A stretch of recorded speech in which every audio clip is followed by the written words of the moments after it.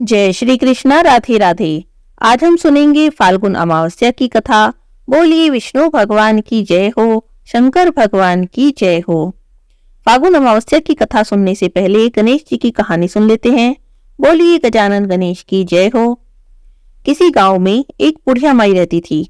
बुढ़िया माई देख नहीं सकती थी और बुढ़िया माई उस गांव में अपने बेटे और एक बहू के साथ रहती थी। छोटा सा परिवार था। बुढ़िया माई गणेश भगवान की भक्त थी। हमेशा गणेश भगवान की पूजा करती रहती थी। रोज सुबह मंदिर जाती और गणेश भगवान की पूजा करती। गणेश भगवान से अपने परिवार की सुख समृद्धि के लिए प्रार्थना करती। ऐसा करते करते बुढ़िया माई ने अपना सारा जीवन बिता दिया। तो एक दिन गणेश भगवान ने सोचा कि बुढ़िया माई ने सारा जीवन मेरी भक्ति की है, मेरी पूजा की है, मुझे इसे कुछ देना चाहिए। तो बस इतना सोचना था। गणेश जी भगवान बुढ़िया माई के सामने प्रकट हो गए। अब बुढ़िया माई तो देख नहीं सकती थी, तो गणेश जी भगवान ने बुढ़िया माई को आवाज लगाई, बुढ़िया माई, मैं तेरी भक्ति से बहुत प्रसन्न हूँ, मांग क्या मांगती है। अब बुढ़िया माई सोच में पड़ गई, क्योंकि बुढ़िया माई ने सारा जीवन केवल भक्ति की थी, पूजा की थी, मांगा तो कुछ था नहीं। सोचने लगी तो गणेश जी भगवान ने फिर कहा, बोल बुढ़िया माई, तुझे क्या चाहिए, मैं तुझे देने को तैयार हूँ। तो बुढ़िया माई बोली, भगवान मुझे तो मांगना नहीं आता, मुझे समझ नहीं आ रहा मैं क्या मांगू। तो गणेश जी कहने लगे, कोई बात नहीं, तुम घर चली जाओ, अपने बेटे बहू से पूछकर बता देना, कल आना और फिर मांग लेना। तो बुढ़िया माई ने ठीक है कहा और खुशी खुशी अपने घर आ गई। घर जाकर अपने बेटे से बोली, बेटा आज गणेश जी भगवान ने कहा है कि बुढ़िया माई मैं तेरी भक्ति से प्रसन्न हूँ, कुछ मांग, पर मुझे समझ नहीं आया क्या मांगू। तो उन्होंने कहा है जाकर अपने बेटा बहू से पूछ कर आ और कल मांग लेना। तो बेटा कहने लगा कि माँ एक काम कर, तू बहुत सारी धन दौलत मांग ले। बेटे की बात सुनने के बाद बुढ़िया माई बहू के पास गई और जाकर फिर वही बात कही और पूछने लगी, बहू तुम बताओ क्या मांगू। तो बहू ने कहा, माँ जी हमारी शादी को कितना समय हो गया है, हमें अभी तक कोई संतान नहीं है, तो आप एक काम करो, आप पोता मांग लो। बेटे बहू की बात सुनकर बुढ़िया माई सोचने लगी, ये तो दोनों अपने मतलब की चीज मांग रहे हैं। बुढ़िया माई पड़ोसन के घर गई और उससे जाकर बोली कि गणेश जी भगवान कहते हैं कि कुछ मांग, बेटा बहू तो अपने अपने मतलब की चीज मंगवा रहे हैं, तू ही बता क्या मांगू। बुढ़िया माई की बातें सुनकर उसकी पड़ोसन ने कहा, देख बुढ़िया, ना तो तू धन मांग ना पोता मांग, तू थोड़े दिन की जिंदगी है तेरी, थोड़े दिन जिएगी, तो एक काम कर अपनी आंखें मांग ले, जिससे तू संसार देखेगी।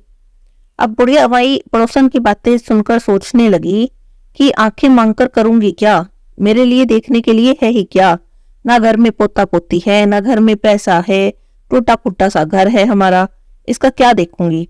बस ऐसा सोचते सोचते रात को सो गई। सुबह उठी, नहा धोकर गणेश जी के मंदिर में चली गई। अब वहां भी बैठी सोच ही रही थी कि क्या मांगू, गणेश जी पूछेंगे क्या मांग और मैं क्या मांगूंगी। कुछ ऐसा मांगना चाहती हूँ जिससे बेटा भी खुश हो जाए, बहू भी खुश हो जाए और मेरा भी काम हो जाए। थोड़ी देर में गणेश जी आ गए। आते ही बोले, बुढ़िया माई मांग, आज मांग। तो वह कहती है कि गणेश जी भगवान, यदि आप मुझ पर प्रसन्न हैं और कुछ देना ही चाहते हैं तो मुझे आंखें दे दो, जिससे सोने के कटोरे में मैं अपने पोते को दूध पीता हुआ देखूं। और गणेश जी भगवान, मृत्यु के बाद बस मुझे अपने चरणों में स्थान दे देना। अब बुढ़िया माई की बातें सुनकर तो गणेश जी भगवान बोले, बुढ़िया माई तूने तो मुझे ठग लिया, भोली बनकर सब कुछ ही मांग लिया, लेकिन कोई बात नहीं, जैसा तुमने कहा है वैसा सब कुछ तुम्हें मिल जाएगा। और इतना कहकर गणेश जी तो वहां से अंतर्ध्यान हो गए। बुढ़िया माई को अपने मांगे अनुसार सब कुछ मिल गया। हे गणेश जी भगवान, जैसा आपने बुढ़िया माई को दिया, जैसे उसकी मनोकामना पूरी की, ऐसी ही सबकी करना। बोलिए गजानन गणेश की जय हो। किसी गांव में एक ब्राह्मण ब्राह्मणी रहते थे। ब्राह्मण ब्राह्मणी भगवान के पक्के भक्त थे। उनके घर में सब कुछ था, कोई कमी नहीं थी, पर संतान न होने के कारण वे दोनों बड़े ही दुखी रहते। भगवान की पूजा आराधना करते तो सालों बीत चुके थे, लेकिन उनकी इच्छा की पूर्ति अभी तक भी नहीं हुई थी। एक दिन ब्राह्मण बहुत दुखी हो गए और अपनी पत्नी से कहने लगे कि मैंने पूजा पाठ इतनी कर ली, लेकिन भगवान ने मेरी प्रार्थना नहीं सुनी। अब मैं वन में तपस्या करने के लिए जा रहा हूँ। जंगल में जाकर कड़ी तपस्या करूंगा, क्या पता भगवान हमारी सुन ले और हमें संतान सुख प्राप्त हो जाए। ऐसा कहकर ब्राह्मण तपस्या करने के लिए वन में चले जाते हैं और वहां पर जाकर कठोर तपस्या करने लगते हैं। तपस्या करते करते भी सालों बीत जाते हैं, लेकिन उसका भी कोई फल न मिला। भगवान ने ब्राह्मण को दर्शन नहीं दिए। अब तो ब्राह्मण बहुत दुखी हो गए और सोचने लगे कि ऐसा जीवन जीने से फायदा ही क्या है, मुझे अपने इस निरर्थक जीवन को समाप्त कर देना चाहिए। संतानहीन का तो मुख देखने का भी धर्म नहीं होता। बस इतना सोचकर पेड़ की डाली पर फांसी का फंदा लगाकर मरने को तैयार हो जाते हैं। जैसे ही फांसी का फंदा गले में डालकर कूदने वाले थे, तभी वहां पर अमावस्या माता आ जाती हैं और कहती हैं, हे ब्राह्मण, ये तुम क्या कर रहे हो? आत्महत्या करना तो महापाप है। तब ब्राह्मण देव कहते हैं कि मैं क्या करूं माता, मैं हमेशा भगवान की भक्ति करता हूं, लेकिन उस भक्ति का मुझे क्या फायदा? मुझे एक संतान का सुख भी प्राप्त नहीं हुआ। मेरी भक्ति करने का मुझे कोई फायदा नहीं हुआ। मैंने तपस्या करके भी देख ली, अब तो मैं बिल्कुल निराश हो चुका हूँ। भगवान से मेरा भरोसा उठ गया है। मैं अपने इस निरर्थक जीवन को समाप्त कर देना चाहता हूँ। यह सुनकर अमावस्या माता कहती है, देखो ब्राह्मण देवता, तुम्हारे तो 7 जन्म तक कोई संतान सुख नहीं है, पर मैं तुम्हारी भक्ति से प्रसन्न हूँ, इसीलिए तुम्हें 2 कन्याओं का वरदान देती हूँ। तुम अपने घर लौट जाओ। 9 महीने बाद तुम्हारे घर में 2 कन्याओं का जन्म होगा। एक कन्या का नाम अमावस्या रखना और दूसरी का पूनम रख देना। अपनी पत्नी से कह देना कि अमावस्या का व्रत किया करे। अमावस्या के दिन 1 कटोरी चावल, कुछ चीनी, उस पर दक्षिणा रखकर मंदिर में दे आए और ऐसा पूरे 1 साल तक करना है। 1 कटोरी चावल दान करते रहना और इस प्रकार व्रत करना। ब्राह्मण देवता को इस प्रकार का वरदान देकर अमावस्या माता वहां से अंतर्ध्यान हो जाती हैं। वरदान पाकर ब्राह्मण बहुत ही खुश होते हैं और खुशी खुशी अपने घर आते हैं और आकर पत्नी को सारी बात बताते हैं। ब्राह्मण देवता की बातें सुनकर ब्राह्मणी भी बहुत खुश होती हैं। अब उन्होंने हर महीने आने वाली अमावस्या का व्रत करना शुरू कर दिया था। विधि पूर्वक व्रत करती, कथा सुनती, भगवान की पूजा करती, 1 कटोरी चावल, उस पर कुछ मीठा रखती और कुछ दक्षिणा रखती और मंदिर में दान करके आती। 9 महीने बाद ब्राह्मण के घर में 2 कन्याओं का जन्म हुआ। तब ब्राह्मण ने माता के कहे अनुसार एक कन्या का नाम अमावस्या रख दिया और दूसरी का नाम पूनम रख दिया। इस तरह से संतान सुख पाकर ब्राह्मण ब्राह्मणी बड़े ही खुश थे। धीरे धीरे समय बीता, दोनों कन्याएं बड़ी हो गई। ब्राह्मण की बड़ी बेटी अमावस्या धार्मिक प्रवृत्ति की थी। वह रोज भगवान की पूजा करती, सारे व्रत उपवास करती। लेकिन छोटी बेटी पूर्णिमा भगवान में बिल्कुल भी विश्वास नहीं करती। वह तो भगवान को मानती तक नहीं थी और अपनी बड़ी बहन को भी रोका करती थी कि तुम भी भगवान की पूजा मत किया करो, क्या मिलता है तुम्हें पूजा पाठ करने से। एक दिन ब्राह्मणी ब्राह्मण से कहती है कि हमारी दोनों कन्याएं बड़ी हो गई हैं, इनका विवाह कर देना चाहिए। अच्छे घर और वर की तलाश करो और इनका विवाह कर दो। तब ब्राह्मण बोले, तुम बात तो ठीक कह रही हो। अब दूसरे दिन ही ब्राह्मण देवता अपनी कन्याओं के लिए वर की तलाश में निकल जाते हैं। कुछ समय बाद ब्राह्मण को अपनी बेटी के लिए मनपसंद घर और वर मिल गया, तो ब्राह्मण ने रिश्ता पक्का कर दिया। दोनों बहनों का विवाह हो गया। दोनों बहनों का विवाह अलग अलग गांवों में तय हुआ। दोनों बहनों के ससुराल वाले बड़े धनी थे, संपन्न थे। अब ब्राह्मण देवता घर आकर ब्राह्मणी से कहते हैं, तब ब्राह्मणी बहुत ही खुश होती है और भगवान को धन्यवाद देती है कि मेरी बेटियां जैसी सुंदर हैं, ऐसे ही सुंदर घर और वर भी उन्हें मिले हैं। दोनों बेटियां विवाह करके ससुराल चली जाती हैं। ब्राह्मण की बड़ी बेटी अमावस्या के घर भी जिस दिन से वह ससुराल जाती है, दिन दुगना रात चौगुना धन बढ़ता जाता है और कुछ समय बाद अमावस्या माता की कृपा से उसे पुत्र की भी प्राप्ति हो जाती है। लेकिन छोटी बेटी पूर्णिमा जैसे ही अपने ससुराल में जाती है, वहां जो भी कुछ धन था वह भी नष्ट हो जाता है। कारोबार में घाटा रहने लगता है। वह बहुत ही दुखी रहती है। उसके दुख का तो कोई भी पार नहीं था। एक दिन बड़ी बहन अमावस्या को पता चलता है कि छोटी बहन पूनम बहुत दुखी है। उसके घर में धन धान्य सब नष्ट हो गया है। तब वह खाने पीने का बहुत सारा सामान, खूब सारा धन, खूब सारे कपड़े और सामान, जरूरत का सारा सामान लेकर अपनी बहन के जाती है और कहती है, क्या बात है, तुम्हारे ससुराल वाले तो बड़े अच्छे खासे थे, तुम्हारे घर में तो बहुत धन था, फिर ऐसा क्या हो गया। तब वह कहती है कि मुझे तो कुछ भी नहीं पता। मेरे आने के बाद से यहाँ पर सब कुछ उल्टा ही हो रहा है। सब कुछ नष्ट होता है, कारोबार में घाटा हो रहा है। और यह सुनकर वह रोने लगती है। तब अमावस्या कहती है, तुम रो मत, अब सब कुछ ठीक हो जाएगा, चिंता करने की कोई बात नहीं। तुम अमावस्या माता का व्रत करना शुरू करो, पूजा किया करो और अमावस्या की व्रत कथा सुना करो। उससे तुम्हारे घर में सुख समृद्धि आ जाएगी और अन्न धन के भंडारे भर जाएंगे, कारोबार भी फिर से चल जाएगा। और तुम्हें 1 साल तक अमावस्या का व्रत करना है। हर अमावस्या के दिन 1 कटोरी चावल, उस पर कुछ मीठा रखकर, कुछ दक्षिणा रखकर तुम्हें दान करना है। यह सुनकर पूनम को थोड़ी खुशी हुई और वह सोचने लगी कि शायद पूजा पाठ करने से ही मेरे भाग्य सुधर जाएं।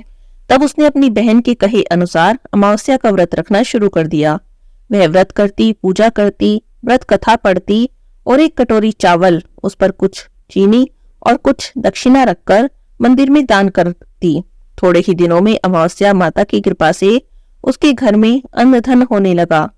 कुछ समय बाद अमावस्या माता की कृपा से उसे पुत्र की भी प्राप्ति हो गई।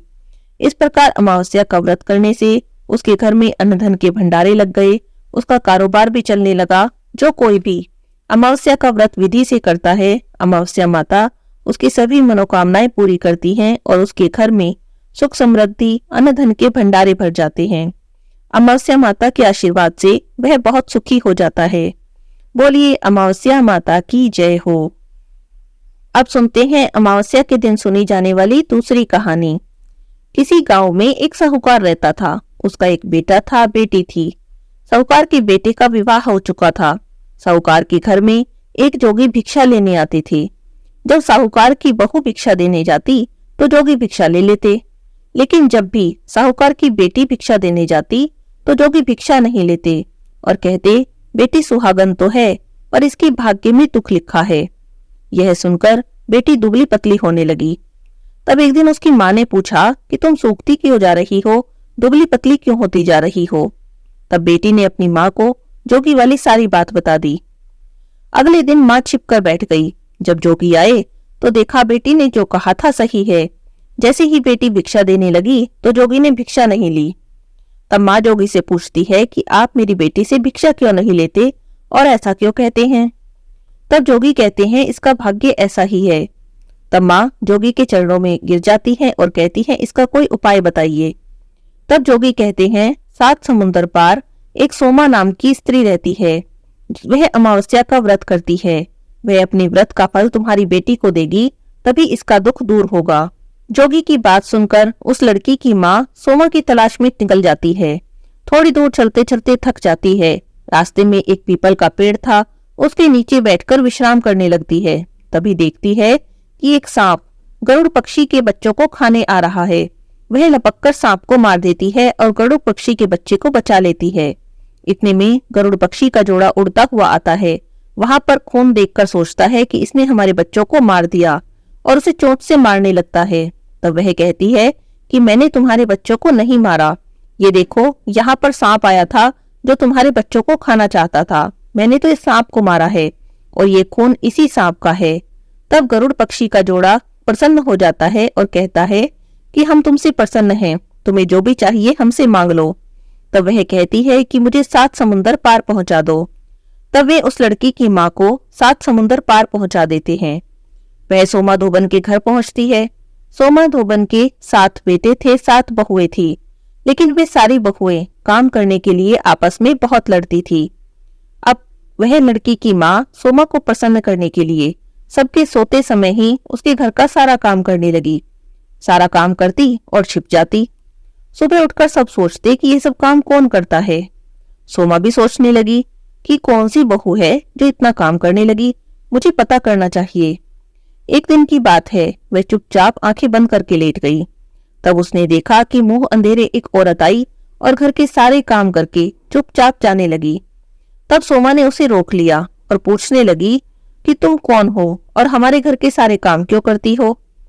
तब उसने अपनी सारी बात बता दी और सोमा से विनती की कि आप अपनी अमावस्या व्रत का पुण्य मेरी बेटी को दे दीजिए, उससे उसका दुर्भाग्य दूर हो जाएगा।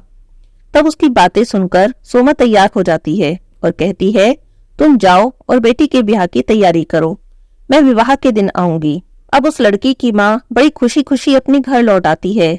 माता पिता बड़ी खुशी खुशी ब्याह की तैयारी करते हैं। जिस समय दूल्हा दुल्हन फेरे में बैठे होते हैं उसी समय सोमा आ जाती है। एक मिट्टी की हांडी में कच्चा दूध भरकर रखती है। कच्चा सूत लेकर वहीं पर बैठ जाती है। थोड़ी देर में ही एक सांप आता है वर को डसने के लिए, तो सोमा उसे दूध पीने को देती है और हांडी में सांप को डालकर कच्चे सूत से बांध देती है। इधर सब देखते हैं कि वर की सांप को देखते ही मृत्यु हो गई है। सब बड़े दुखी हो जाते हैं। तब सोमा वर के ऊपर सुहाग के छींटे डालती है और कहती है, मैंने आज तक जितने भी अमावस्या के व्रत किए हैं उसके सारे पुण्य इसे मिल जाएं और यह जीवित हो जाए। इसके बाद जो भी मैं व्रत करूंगी उस व्रत के फल मेरे पति को मिले। सब देखते हैं कि सोमा के ऐसे कहते ही वह दूल्हा उठकर बैठ जाता है।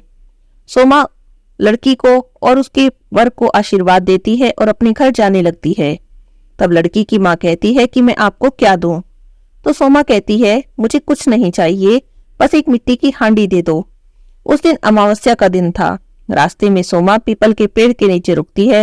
हांडी के 108 टुकड़े करती है, पीपल की 108 परिक्रमा करती है और उसके बाद उन टुकड़ों को पीपल के पास ही जमीन में दबा देती है।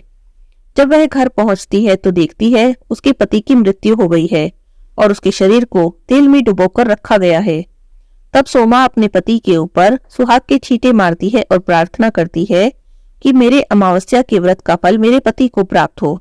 और इतना कहते ही उसका पति भी जीवित हो जाता है। उसी समय जोगी आते हैं और कहते हैं कि अमावस्या का व्रत करने के बाद कुछ दान भी करना चाहिए। तुमने व्रत तो किया पर दान नहीं किया, तुम मुझे दान दो। तब सोमा उन्हें पीपल के पेड़ के नीचे ले जा करती है जहां उसने मिट्टी की हांडी के टुकड़े दबाए थे। उन टुकड़ों को निकालती है। इतने में सारे टुकड़े सोने के हो जाते हैं। तब सोमा जोगी से कहती है कि आप इसमें से अपना भाग ले लो। जोगी उसमें से चौथा हिस्सा ले लेते हैं और सोमा से कहते हैं कि 3 हिस्से तुम अपनी इच्छा से जिसे देना चाहो उसे दे दो। तब जोगी नगर में जाकर सबसे कहते हैं कि सोमवती अमावस्या का व्रत सभी को करना चाहिए। जैसे सोमा ने उस लड़की को वर दिया, उसका सुहाग जी उठा, सोमा का पति जी उठा। ऐसे ही हे अमावस्या माता, सभी को अमर सुहाग देना, सभी की मनोकामना पूरी करना। बोलिए अमावस्या माता की जय हो। अब सुनते हैं पीपल देवता की कहानी। बोलिए पीपल देवता की जय हो। किसी गांव में एक ब्राह्मण ब्राह्मणी रहते थे। ब्राह्मण का पीपल की सेवा का नियम था। ब्राह्मण देवता रोज पीपल देवता की पूजा करते, जल से सींचते और परिक्रमा करते, दिया जलाते और उसी के बाद कुछ भी अन्न जल ग्रहण करते। बिना पीपल की पूजा किए तो पानी की एक बूंद भी ग्रहण नहीं करते थे। इस तरह से पीपल देवता की पूजा करते करते ब्राह्मण को पूरा जीवन बीत गया। एक दिन पीपल देवता ने सोचा कि ब्राह्मण ने सारा जीवन मेरी सेवा की है, मेरी पूजा की है, मुझे इसे कुछ तो देना चाहिए। जब अगले दिन ब्राह्मण पीपल की पूजा करने के लिए आए तब पीपल सींचकर परिक्रमा कर रहे थे तो पीपल में से आवाज आई, तू मांग मैं देऊं, तू मांग मैं देऊं। ब्राह्मण ने आवाज सुनी तो चारों ओर देखने लगे कि आवाज कहां से आ रही है, पर उन्हें तो आसपास कोई भी दिखाई नहीं दिया। अब ब्राह्मण आश्चर्य में पड़ गए। इसके बाद तो रोज ऐसा ही होने लगा। जब भी ब्राह्मण देवता पीपल की पूजा करने जाते, रोज पीपल में से आवाज आती कि तू मांग मैं देऊं। यह सब देखकर ब्राह्मण घबराने लगे, क्योंकि उन्होंने सुन रखा था कि पीपल के पेड़ पर तो भूतों का वास होता है। तब उन्होंने सोचा कि कहीं यह आवाज किसी भूत प्रेत की तो नहीं। ब्राह्मण देवता घबराकर अपने घर आ जाते और घर आ जाकर भोजन भी नहीं करते। ऐसा कुछ दिन तक हुआ तो ब्राह्मणी ने देखा तो पूछने लगी कि ब्राह्मण देवता किस चिंता में बैठे हो, क्या बात है। तब ब्राह्मण ने सारी बात बताई तो ब्राह्मणी बोली, अरे आप तो बहुत ही भोले हैं। पीपल के पेड़ पर भूत प्रेतों का वास नहीं होता, बल्कि पीपल के पेड़ में तो ब्रह्मा विष्णु और महेश का वास होता है, पितरों का वास होता है, लक्ष्मी जी का वास होता है। हो सकता है यह आवाज भगवान की हो, भगवान आपकी भक्ति से प्रसन्न हुए हों और आपको वर देना चाहते हों। तब ब्राह्मण देवता जब अगले दिन पीपल सींचने गए तो फिर से आवाज आई कि तू मांग मैं देऊं। तो ब्राह्मण देवता ने पूछा कि आप कौन हैं और मुझे क्या देना चाहते हैं। तब पीपल में से आवाज आई कि मैं पीपल देवता हूँ, तेरी पूजा से तेरी भक्ति से बहुत प्रसन्न हूँ और तुझे कुछ देना चाहता हूँ, तू मांग ले। ब्राह्मण देवता बोले कि मुझे तो कुछ भी मांगना नहीं आता, मुझे नहीं पता कि क्या मांगना चाहिए। तब पीपल में से आवाज आई कि तुम अपनी पत्नी से पूछ लेना। ब्राह्मण घर आ गए। ब्राह्मणी कहने लगी, ब्राह्मणी से बोले कि तुम तो सही कहती थी, वह आवाज तो भगवान की सी थी, वे मुझे कुछ देना चाहते हैं, पर मुझे नहीं पता कि क्या मांगू। तो ब्राह्मणी बोली कि आप पीपल देवता से कहना कि मुझे 9 करोड़ की माया दे, 16 साल की काया दे, बेटा दे, पोता दे, पूरा परिवार दे, सारे सुख दे।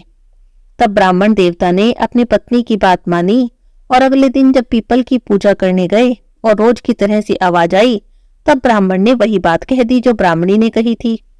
ब्राह्मण ने पीपल देवता से कहा कि मुझे 9 करोड़ की माया दो, 16 साल की काया दो, बेटा दो, पोता दो, पूरा परिवार दो और सारा सुख दो। पीपल देवता सोचने लगे कि ब्राह्मण देखने में सीधा साधा था, कहता था मांगना नहीं आता है, पर सारी ही चीजें मांग ली। फिर बोले, कोई बात नहीं, तूने जो जो मांगा है सब तुझे देता हूं। अब ब्राह्मण थोड़ी देर पर वहां पर खड़े रहे, लेकिन जब उनके हाथ में कुछ भी नहीं आया तो निराश होकर वापस आने लगे। मन ही मन सोचने लगे कि पीपल देवता कहते तो थे कि तुझे सब देता हूं, दिया तो कुछ भी नहीं।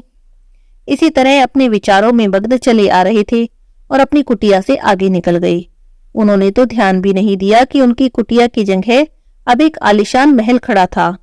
जब अपने घर से आगे निकल गए तब पीछे से ब्राह्मणी ने आवाज लगाई कि कहाँ जा रहे हो ब्राह्मण देव। ब्राह्मण ने पीछे मुड़कर देखा तो एक सजी धजी औरत खड़ी थी, रेशम जरी की साड़ी पहन रखी थी, बहुत सारे गहने पहन रखे थे। ब्राह्मण देवता तो इस भेष में अपनी पत्नी को पहचान ही ना सके। तो ब्राह्मणी ने दोबारा आवाज लगाई, कहने लगी कि कहाँ जा रहे हो, अपने घर में क्यों नहीं आते। तब ब्राह्मण बोले कि तुम्हारा भेष कैसे बदल गया, ये इतने सारे गहने, इतने सुंदर कपड़े। तब ब्राह्मणी बोली कि पीपल देवता का आशीर्वाद है, पीपल देवता ने आपकी मनोकामना पूरी कर दी, आपने जो भी मांगा था सब दे दिया। तब ब्राह्मण देवता पूछने लगे कि लेकिन हमारी कुटिया कहाँ गई और ये महल किसका है। तो ब्राह्मणी बोली, आप अंदर तो चलो, सब पता चल जाएगा। ब्राह्मण देवता अंदर गए तो देखते क्या है, बहुत बड़ा परिवार हो रहा है, बेटे, पोते, नाती, धोते सब घूम रहे हैं। बहुत समय पहले की बात है। बात तब की है जब भगवान विष्णु का विवाह लक्ष्मी जी के साथ निश्चित हो गया था। विवाह की तैयारियां हो रही थी। सभी देवी देवताओं को निमंत्रण भेजे गए, पर गणेश जी को नहीं बुलावा दिया गया। अब कारण जो भी रहा हो, भगवान विष्णु की बारात आने का समय हो गया। सभी देवी देवता विवाह समारोह में आ गए तो सबने देखा कि गणेश जी तो कहीं दिखाई नहीं दे रहे हैं। वे आपस में निर्चा चर्चा करने लगे कि गणेश जी क्यों नहीं आए, क्या उन्हें नहीं बुलाया या वे खुद ही नहीं आए। सब इसी बात पर सोच ही रहे थे कि सोचा कि चलो भगवान विष्णु से ही पूछ लें। तब भगवान विष्णु से पूछा तब उन्होंने कहा कि हमने गणेश जी के पिता भोलेनाथ महादेव को न्योता भेजा है। यदि गणेश जी अपने पिता के साथ आना चाहते तो आ जाते, अलग से न्योता देने की आवश्यकता ही क्या है। और एक बात यह भी है कि उनको 1.25 मन मूंग, 1.25 मन चावल, 1.25 मन घी, 1.25 मन लड्डू का भोजन दिन भर में चाहिए। गणेश जी ना ही आए तो अच्छा है, दूसरे के घर जाकर इतना खाना पीना अच्छा भी नहीं लगता। अभी इतनी बातचीत कर ही रहे थे कि किसी ने सुझाव दिया, यदि किसी कारण से गणेश जी आ भी गए तब उन्हें द्वारपाल बनाकर यहीं बैठा देंगे कि घर की देखभाल करना। आप चूहे पर बैठकर धीरे धीरे चलोगे, बारात से वैसे भी पीछे रह जाओगे। ये सुझाव भी सबको बहुत पसंद आ गया। भगवान विष्णु ने भी अपनी सहमति दे दी। अब होना क्या था, इतनी देर में ही गणेश जी वहां आ गए। उन्हें समझा बुझाकर घर की रखवाली पर बैठा दिया। बारात चल दी। नारद जी ने देखा कि गणेश जी तो दरवाजे पर बैठे हैं। गणेश जी के पास गए और कारण पूछने लगे। तब गणेश जी बोले कि विष्णु भगवान ने मेरा बड़ा अपमान किया है। तब नारद जी ने सुझाव दिया कि अपनी मूषक सेना को भेज दो, वह रास्ता खोद देगी, उनके वाहन तो धरती में ही धंस जाएंगे, ना वे आगे जाएंगे ना विवाह होगा, तब आपको सम्मान से बुलाना पड़ेगा।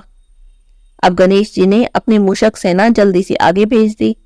सारी सेना ने जाकर जमीन खोद डाली।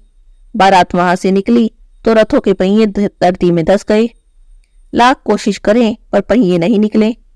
सभी ने अपने अपने उपाय कर लिए पर पहिए तो निकले ही नहीं, बल्कि जगह जगह से टूट गए। अब किसी की समझ में नहीं आ रहा था कि क्या करें। तब नारद जी बोले कि आप लोगों ने गणेश जी का अपमान किया, इसी कारण विघ्न आया है। यदि उन्हें मना कर लाएं तो कार्य सिद्ध हो जाएगा और ये संकट भी टल जाएगा। तब शंकर भगवान ने अपने दूत नंदी को भेजा कि गणेश जी को लेकर आओ। गणेश जी आए, उनका आदर के साथ पूजन किया, तब जाकर कहीं रथों के पहिए निकले। अब पहिए निकल तो गए पर टूटे फूटे थे, अब उन्हें ठीक कौन करे। पास के खेत में एक हाथी काम कर रहा था, उसे बुलाया। हाथी ने अपना काम शुरू करने से पहले जोर से बोला, बोलो गजानन गणेश की जय हो। यह कहकर गणेश जी की वंदना मन ही मन में करने लगा। देखते ही देखते उसने सारे पहिए ठीक कर दिए। तब देवी देवताओं ने पूछा कि तुमने गजानन गणेश की जय क्यों बोली। तब हाथी कहने लगा कि गणेश जी को तो पहले बनाना पड़ता है, आपने गणेश जी को नहीं बनाया होगा, उनकी पूजा नहीं की होगी, इसीलिए तो इतना विघ्न आया है।